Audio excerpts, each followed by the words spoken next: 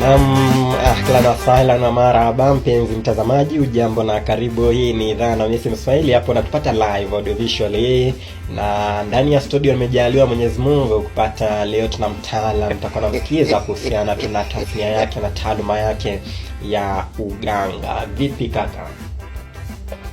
Mwanzo ndio umekosea kabisa. Hiyo introduction ni mbovu sana. Wewe sasa umechanganya Mungu na mimi. Mimi nikiwa katika hali yangu ya kazi, huwa sipendi kusikia mambo ya Mungu. Sika tunaelewana. Sio kama unanielewa ama unielewi. Ndio nimesema pole mtaalamu.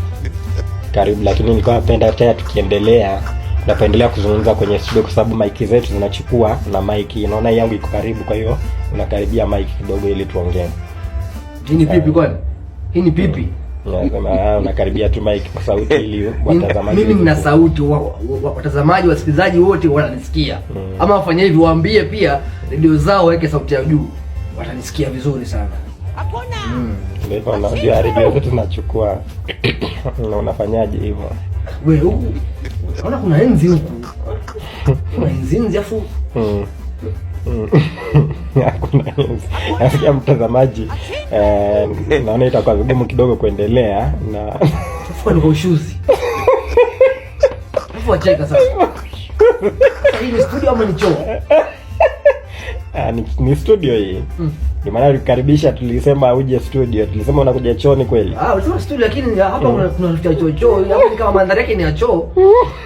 Nini kanjo nini? Unanyege nini? Unanyege. Atina nyege. Unanyege bwana, unanyege. Mganga naomba mganga asema tu ati ninanyege. Hapo ni mwenda wazi. Kwa hiyo tutakuwa tunaendelea.